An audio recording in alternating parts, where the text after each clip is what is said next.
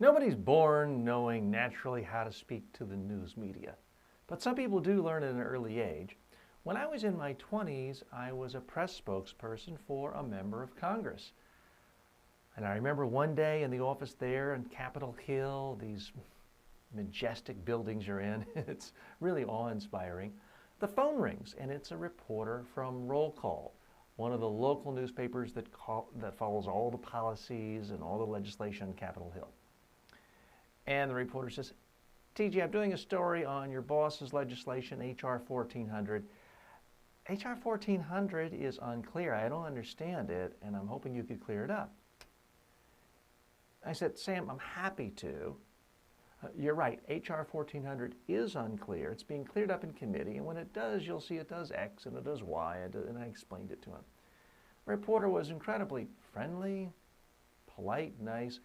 Oh, TJ, thank you so much. Really appreciate your professionalism. Thanks for getting back to me right away, answering my questions. Appreciate it. Hung up the phone, kind of puffed out my chest, thinking, wow, I am good at this. The reporter's happy, thinks I'm great. And I go home that night. And I go home and I pack my suitcase because I'm so excited. I'm working for a Hawaiian member of Congress, and I'm about to fly to Hawaii the next day. I can't wait. My whole life I've seen images of Hawaii, the beautiful sunsets, the volcanoes. So I packed my suntan lotion, my Hawaiian shirt, my sunglasses. I walk into the Capitol the next day, put my suitcase down. There on my desk is Roll Call. Okay. There on the front page is the story about this legislation. Oh, there's my name. According to press spokesperson T.J. Walker, quote, H.R. 1400 is unclear. On page C27, this was before the internet, it was actual paper. On page C27, there were more quotes from me, nothing particularly bad or critical. I'm explaining the details. But the only quote on the front page is me saying my boss's legislation was unclear. A few minutes pass. The buzzer rings on my phone. It's the chief of staff. TJ, why don't you come on into the office? I go into the chief of staff's office. He says, TJ, I got good news and I got bad news. The good news, you're all packed. The bad news, you're not going to Hawaii. You're not going anywhere. You're fired. Get out of here. Kicked out, fired that day. What had I done wrong? Well, I committed the cardinal blunder of using the reporter's words. I used the reporter's negative words, unclear. Therefore, I attacked my own boss's legislation. When you call something unclear, it's a form of an attack. An attack is one of the 10 soundbite elements. For any of you who've been in my media training courses, you'll know that. So I answered the wrong way. I reacted. I used the reporter's words. I used negative words. It's kind of like when a politician gets caught saying, I am not a crook. Well, what's the only quote going to be? I am not a crook.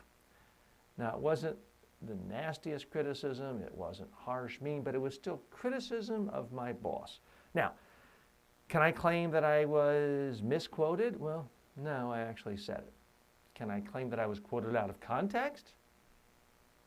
I could, but nobody cares because every quote is out of context. You can never complain about being quoted out of the context when you are presenting your ideas to the media. So I deserved that quote, and I got what was coming to me.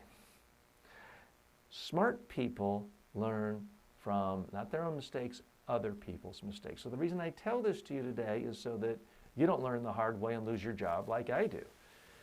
And you actually protect yourself so that you know how to answer questions correctly in a news media interview. Okay, so what did I just do in that story there? I let people know, and I use this story when I'm conducting typically a day-long media training course. I use this story for several reasons. Number one, I want people to know I'm not just some natural-born genius that they can't relate to. I mean, if you go to basketball camp from Michael Jordan, he may tell you some good things, but at some level, You're thinking, well, I'm not Michael Jordan. I can't just sail 3 feet above the rim and slam it down. It's almost like his advice isn't worth as much because he has so many natural gifts. I want people to realize I don't have any natural gifts. I don't have some innate talent for this. This is learned behavior.